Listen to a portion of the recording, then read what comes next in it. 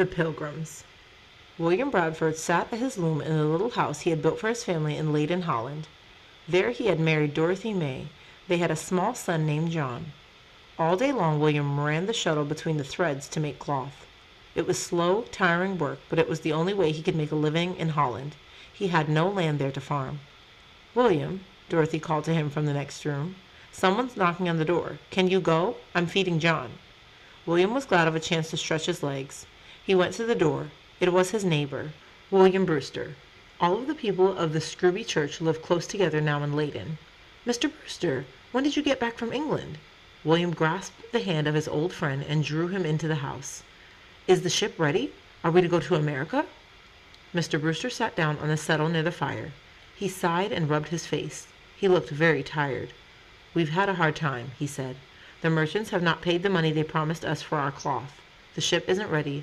I must go back again at once. But our people here are tired of waiting. You must buy a ship here and sail for England. God willing, I'll have the other one ready when you get there. We'll sail together to America." William's eyes grew bright with excitement. In America he would not be a cloth-maker. He would be a yeoman again. There, in the vast new world, he would have lands and flocks. The Scrooby folk had grown poor in Holland. In America they would own land again. They would raise their own food. There would be great dangers, but they would be free. "Dorothy!" William called. "It's Mr. Brewster. We'll be leaving soon." Dorothy Bradford came into the room with John. John was 4 years old. He was a dark-eyed, chubby boy with yellow hair. Mr. Brewster lifted him into the air. He smiled at him and said, "This is a good, sturdy boy for the new world." "We've decided to leave him with my mother and father in Amsterdam," Dorothy said. "Then we can send for him when we get a house built in America."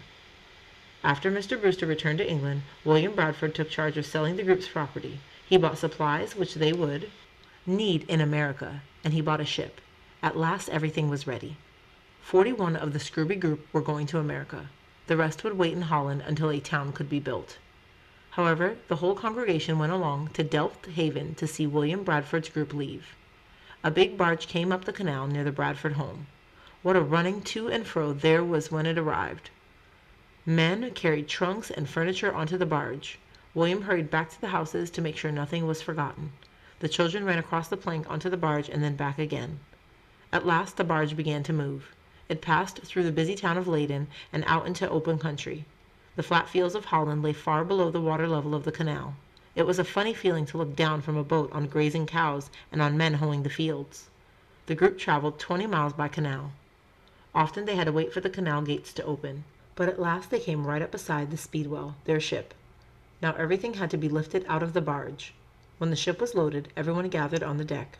John Robinson, their minister, said a prayer. Then Dorothy Bradford knelt down beside her son and kissed him. "Father and I are going to build a new home for you, John," she said. "Then you'll come in a big ship. We'll be waiting for you."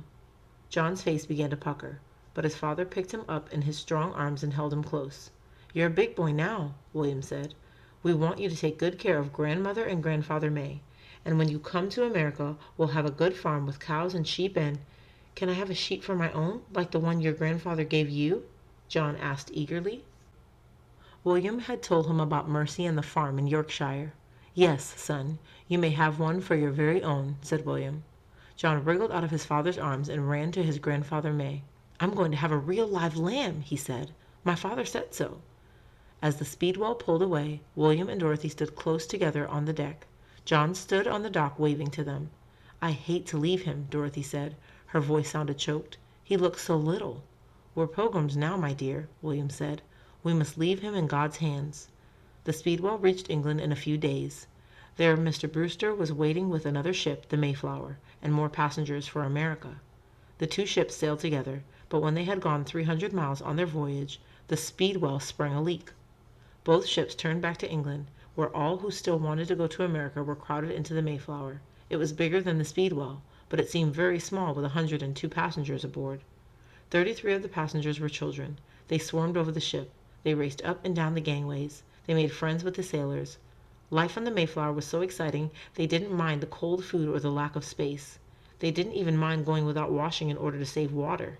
A strong wind pushed the Mayflower across the ocean. The farther the ship sailed, the stronger the wind became. Rain swept across the deck in sheets. The ship tossed up and down. The passengers had to crowd into the little cabin or the dark hold. When the ship rolled, cups and dishes slid across the table and crashed on the floor.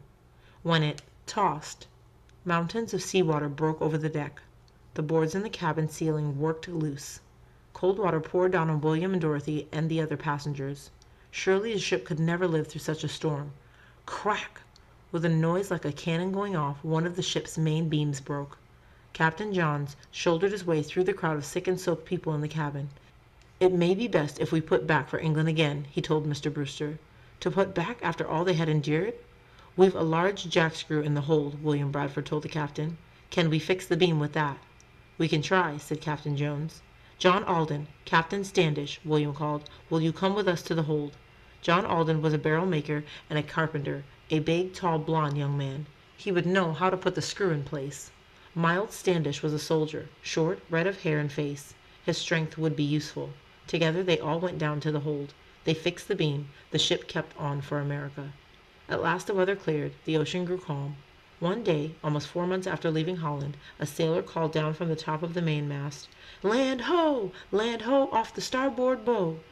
Passengers came pouring out of the cabin. They ran to the rail. Pinched white faces turned toward the ship's bow. "See!" William Bradford helped Dorothy to the rail. She had been sick like most of the passengers. She was still too weak to stand alone. "There it is, our new home, America. We'll be ashore soon, and then you'll feel better." It was another month before the Pilgrims found a place to settle, however. First the Mayflower anchored off the end of Cape Cod. For days William Bradford and Miles Standish and the other leaders explored the land. They found fresh water. They found corn buried by the Indians. They exchanged shots with Indians. One day, while William Bradford was marching through the woods, he walked straight into an Indian deer trap. It caught him by the leg and left him hanging up in a tree, head down, until Miles Standish cut him loose. Still they found no place that looked good. "We'll try farther up the coast," William said. With Captain Standish and a dozen others, he set out in a shallop. This was an open boat they had put together when they first came ashore. It was December and the weather was bitter cold. In a few minutes the men were soaked with spray. The spray froze their clothes so that they could hardly move. Then it began to snow. The rudder broke off and disappeared in the waves. They had to steer with oars. "It grows dark," Captain Standish shouted. "Put on more sail." But the mast could not carry the extra sail. It broke in 3 pieces and had to be cut away and thrown overboard. Suddenly sharp rocks appeared just ahead of the boat. "About with her, or else we are cast away," cried one of the sailors. With their last ounce of strength, the men pulled on the oars. They were nearly dead with cold and fatigue when at last they were swept safely ashore. The next morning they found themselves in a fine harbor. William took out Captain John Smith's map of the coast. It had been published 4 years ago. "Look," he said, "Captain Smith has already named this place Plymouth." "We sailed last from Plymouth in dear old England," said John Alden. "It's a good sign." The men looked over the ground. They found good land ready for planting. They found clear brooks and a good harbor. "It will do," they decided. "Let's hurry back to the Mayflower and bring our families ashore." But when they reached the Mayflower, one person was missing. While they were gone, Dorothy Bradford had fallen overboard. She had been too weak to save herself. Once more William Bradford was alone. On Christmas Day 20 men went ashore to begin the building of Plymouth. All the rest stayed aboard the Mayflower, a mile and a half out in the harbor. The Pilgrims didn't believe in celebrating Christmas, except by working harder than usual. But then the weather grew so bad they couldn't work at all. At last they put up a few little buildings. The walls were made of twigs and mud, while the roofs were thatched. A few at a time, as buildings were finished, the Pilgrims came ashore to live in them. It was March 21st, 1621, when the last families came ashore. But by this time there were only 50 people left. More than half of them had died during January and February. Sometimes only 6 or 7 persons had been well enough to feed and nurse the others. William Bradford nearly died too. When he recovered, they made him governor. Each year after that, to the end of his life, he was chosen Plymouth's governor. 5 times he asked them to elect somebody else, but in those years he was still assistant governor.